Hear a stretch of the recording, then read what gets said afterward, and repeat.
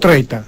Dois exemplos, mas há vários espalhados pelo país. É nosso convidado o especialista da Universidade do Algarve em Economia dos Transportes, Manuel Margarido Tão. Muito boa tarde, professor. Bem-vindo à Antena 1. O desinvestimento que se está a verificar nas linhas férreas do país nas últimas décadas fazem sentido, na sua opinião? Bom, é um absurdo muito grande. Levávamos a uma conversa talvez demasiadamente longa. Só temos 9 minutos. Claro, mas os malefícios do que tem sido os últimos 25 anos de abandono do caminho de ferro, que resultou de uma opção estratégica política completamente errada, que foi feita no sentido de aplicar os fundos comunitários na construção de uma rede de autoestradas megalómana e, ao mesmo tempo, nem sequer pensar como realista investir no caminho de ferro, com exceção talvez das linhas suburbanas de Lisboa e Porto e uma ou outra linha principal. O que é que o país perdeu ao apostar mais nas ligações rodoviárias e ao desinvestir claramente na ligação ferroviária?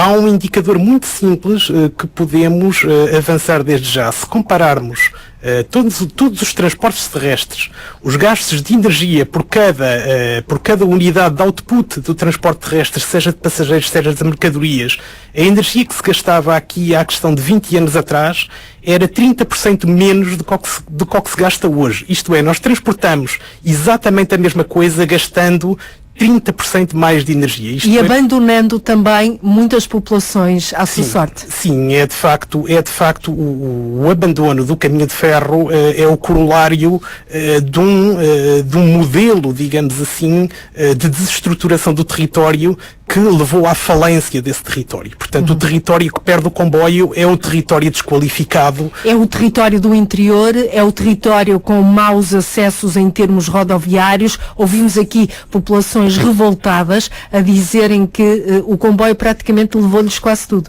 Sem dúvida, levou-lhes quase tudo, mas atenção, hoje em dia a questão do definhamento da rede ferroviária já não se coloca apenas numa perspectiva do interior, porque quer dizer, nós estamos a perder a rede ferroviária no seu conceito de linhas interligadas, estamos a ficar com uma linha Lisboa-Porto e com os ramais desarticulados uns dos outros. E, com esse tipo de transporte ferroviário, nós não conseguimos promover, por exemplo, os nossos portos. Não conseguimos ir buscar mercadoria a cidades como Salamanca ou Badajoz ou Mérida para os portos atlânticos. Portanto, andamos aí a bradar aos céus que o futuro de Portugal é o mar e é a política dos portos e estamos a liquidar o caminho de ferro, que é instrumental para que venhamos a ter uma política de desenvolvimento dos nossos portos. Portanto, o país, no seu entender, ao não investir nas linhas férreas, está também a prejudicar a atividade portuária e a ligação ao mar. Mas sem dúvida. E é um prejuízo grande?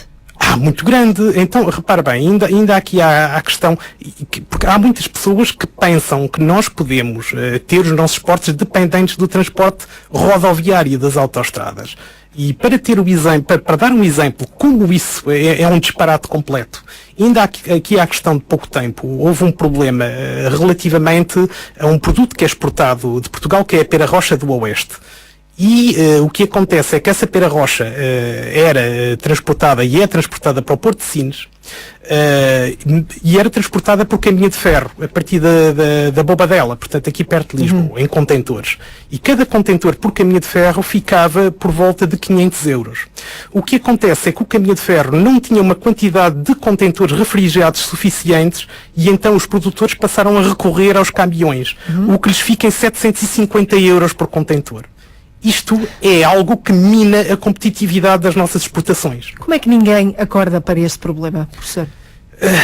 Há uma inércia muito grande, porque o que acontece é o seguinte, nós temos qualquer coisa como 2 décadas de investimento de fundos comunitários praticamente em autoestradas.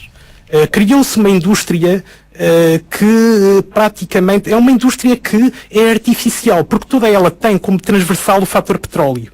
É necessário petróleo para fazer funcionar as autoestradas, é necessário petróleo para construir autoestradas e, portanto, tudo gira, boa parte da economia portuguesa gira à volta de um recurso que a economia portuguesa não produz. transaciona, mas não produz. Portanto, foi uma má opção, claramente. Péssima, péssima. Professor, tivemos aqui dois casos muito concretos. O caso da linha férrea da Beira Baixa, inaugurada há 120 anos. Está mais curta, quando há 4 anos o troço entre a Covilhã e a Guarda foi desativado. Correto. Chegaram a ser investidos 7,5 milhões de euros e continua uma linha fantasma cheia de erva. Neste caso em particular, merece-lhe um comentário especial? Reflete muito aquilo que já foi dito anteriormente em outras intervenções, isto é, a falta desse troço é um elo que quebra a articulação dessa linha com a linha da Beira Alta e que lhe retira a sua maior riqueza, que é de ser uma alternativa à saturada linha Lisboa-Porto. E que... No fundo, estamos também aqui a saturar ainda mais a principal linha do país, não é? Sem dúvida, sem dúvida. Sim, sim. Quer dizer, é o próprio, no fundo, o próprio modelo que tem assentado nestes 20 anos em que têm desaparecido quilómetros e quilómetros uns atrás dos outros de via férrea, está esgotado. Está esgotado e esse esgotamento aparece numa altura particularmente crítica em que países como a França se preparam para lançar portagens específicas sobre os caminhões TIR. E nós vamos necessitar muito de recorrer ao transporte de caminhões em vagões, porque senão vamos encarecer ainda mais as nossas exportações e as nossas importações. E como é que vamos fazer, professor? Se há este desinvestimento todo da linha férrea, como é que vamos investir agora? Numa altura em que a Refer está com os investimentos travados, parados, porque diz, alega a crise, não há dinheiro, por opções do governo, o que é que vamos fazer? Mas isso não é particularmente verdadeiro, porque nós temos um quadro comunitário de apoio novo até 2020 e há que tomar opções que quebrem com práticas anteriores. Portanto, o senhor está aqui a apontar claramente um caminho. A crise não é desculpa para o desinvestimento na linha férrea. Há uma alternativa que é o novo quadro comunitário de apoio. Sem dúvida, sem dúvida. E atenção, quer dizer, nós temos duas alternativas.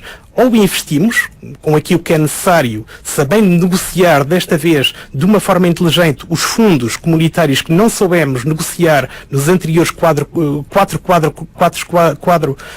comunitários de apoio, que foram 4 consecutivos e que realmente apostámos tudo em estradas, ou então arriscamos-nos a ter grandes problemas para as nossas exportações. Portanto, ou aproveitamos bem os novos quadros comunitários de apoio ou ficamos literalmente a ver passar os comboios. A ver passar os comboios e a ver passar a competitividade da nossa economia, que não capta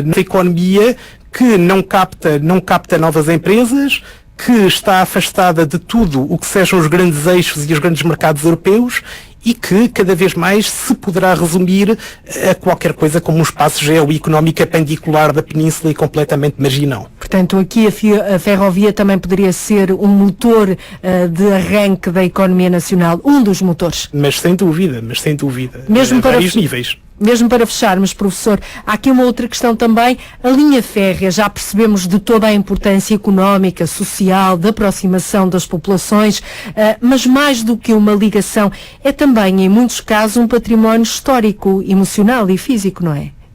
Para além de todo o valor económico. Sem dúvida, mas temos que ver que também a competitividade económica das regiões também se faz com base nesses valores identitários, nesses valores que resultam do próprio traço de união que é o caminho de ferro. E que nesta altura está claramente ao abandono por parte de quem manda. Mas sem dúvida. Daí as suas dicas e esta dica que me parece fundamental de que é preciso aproveitar bem os novos quadros comunitários de apoio se quisermos apanhar o comboio da competitividade. Professor Manuel Margarida Tão, muito obrigada por ter vindo à Antena 1, dar-nos esta entrevista. Fechamos assim o dossiê Linhas Férreas. Daqui a pouco